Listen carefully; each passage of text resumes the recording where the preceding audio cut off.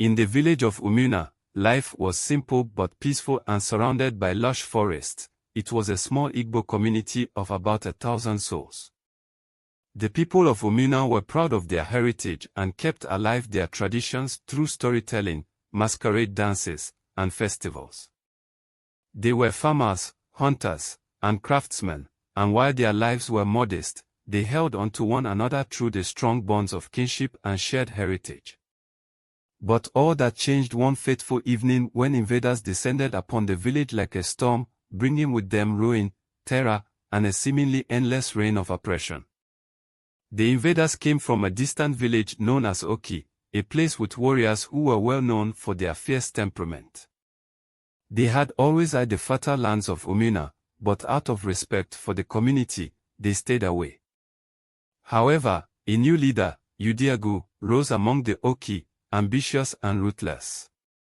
Udiagu was determined to expand his rule, and Umuna was his first target. Under Udiagu's leadership, the warriors of Oki attacked that evening, catching Umuna's people by surprise. Resistance was quashed swiftly. Houses were burned, fields trampled, and the village chief captured. It was a dark time for the people of Umuna, as the Oki invaders installed themselves in the village and ruled with a cruel hand, taking the best of the harvest, levying heavy tributes, and leaving the people destitute. Years passed under this oppressive rule, and hope began to wane. But even in the darkest night, a faint light remained. That light was in the form of Nnamdi, a young man from Umuna who came from a humble background but possessed an indomitable spirit. Nnamdi was the son of Okeke the weaver and Adama the pottery maker. Growing up, his family was known for their humility and dedication to their craft. They weren't wealthy by any measure, but they lived with dignity. Nnamdi spent his childhood working alongside his parents, helping to gather clay and weave palm fibers. He learned the value of hard work and patience. Nnamdi's parents had often spoken of the importance of courage and community. His father would say, "Life will test you in ways you do not expect. It is in these moments that you must stand firm." And though young Nnamdi did not fully understand these words, they stayed with him. When the Oki invaded, Nnamdi was only 16. He witnessed the brutal attack on his village, saw his friends beaten, and watched helplessly as his family's small home was ransacked. That night marked a turning point for Nnamdi. He swore to himself that he would find a way to liberate Umuna even if it took his life. Under the rule of Udiagu, life in Umuna grew harder with each passing season. The villagers were forbidden from gathering in groups, so secret meetings were held in hidden spots, often deep in the forest or by the banks of the river Oho, which ran through the edge of the village. Nnamdi began attending these gatherings and quickly became a voice of reason and hope. Though young, he spoke with a wisdom and clarity that caught the attention of the elders and other young men in the village. One night, at a secret meeting, Nnamdi shared his plan. "We may not be as many or as strong as the warriors of Oki, but we have our land, our knowledge, and our ancestors with us," he began.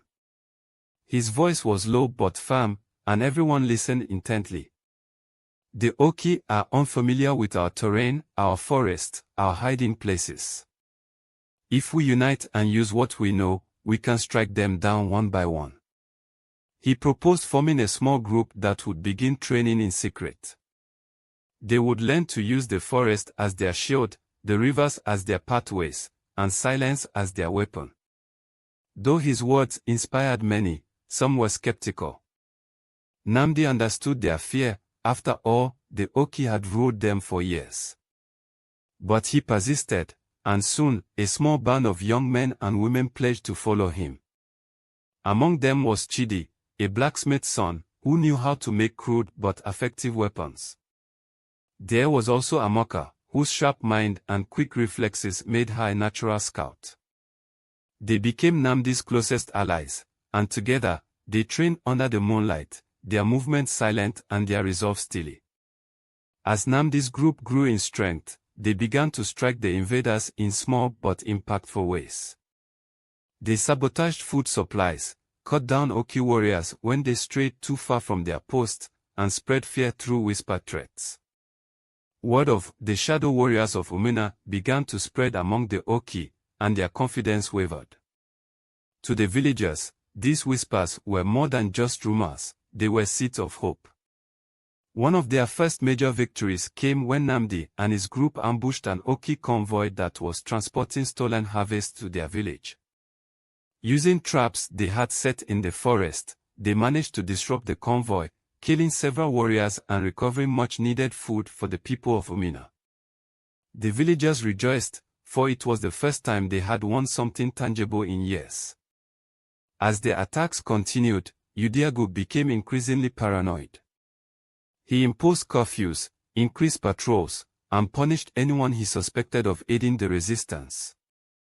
The oppression grew harsher, and the villagers suffered more, but they bore it with a newfound hope. They began to see Nnamdi as not only a leader but a beacon of their liberation. However, not everyone in Umuna supported Nnamdi's cause. There were those who had grown comfortable under Oki rule, bribed with small favors or simply resigned to their fate. One such man was Obina, a trader who had gained Udiagu's favor by supplying him with information.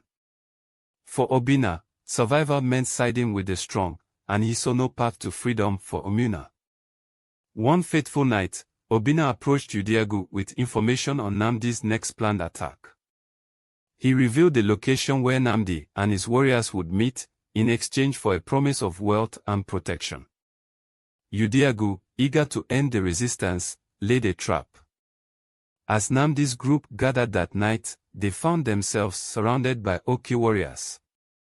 A fierce battle broke out. Though Nnamdi and his warriors fought valiantly, they were outnumbered and outmatched. Many were injured, and several were captured, including Chidi. The loss was a heavy blow to Nnamdi, both for the lives lost and for the betrayal. But it also steeled his resolve. He vowed that they would find a way to rescue Chidi and continue their fight, no matter the cost. With fewer allies and growing suspicions among the villagers, Nnamdi knew that the final confrontation was inevitable. He and the remaining warriors of Umuna retreated deep into the forest, hiding and planning their last stand. The villagers, inspired by their bravery, began secretly supplying them with food and weapons, all while pretending to remain loyal to the Oki.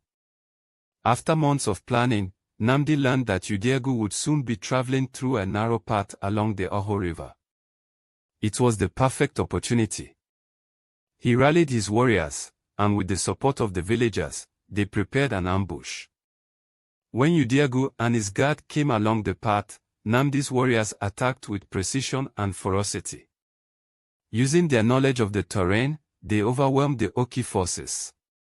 Nnamdi himself faced Udiagu in a fierce duel, a battle of will as much as strength. Udiagu was strong, but Nnamdi's determination and righteous anger gave him the upper hand. After a brutal struggle, he struck down the Oki leader, ending his reign of terror. With Udiagu's death, the remaining Oki warriors lost their resolve. They fled, leaving Umuna in peace at last. All the prisoners at the invaders' prison at their base in Umuna, including Chidi, were freed. The villagers rejoiced, celebrating their liberation and honoring the fallen heroes. In the days that followed, Nnamdi was hailed as a hero. But he refused to take any titles or special privileges, insisting that he had fought not for power but for his people's freedom. He and his surviving warriors helped rebuild the village, restoring what had been lost during the years of Oki rule. Umuna returned to its former peace, though now its people were wiser and stronger. They honored their heroes in songs and stories, passing down the tale of Nnamdi, the humble weaver's son who had risen to free his people. And as for Nnamdi, he remained a weaver, continuing his family's craft while living quietly among his people.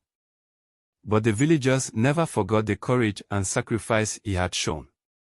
They knew that, when the darkest times had come, it was the light within him that had guided them back to freedom.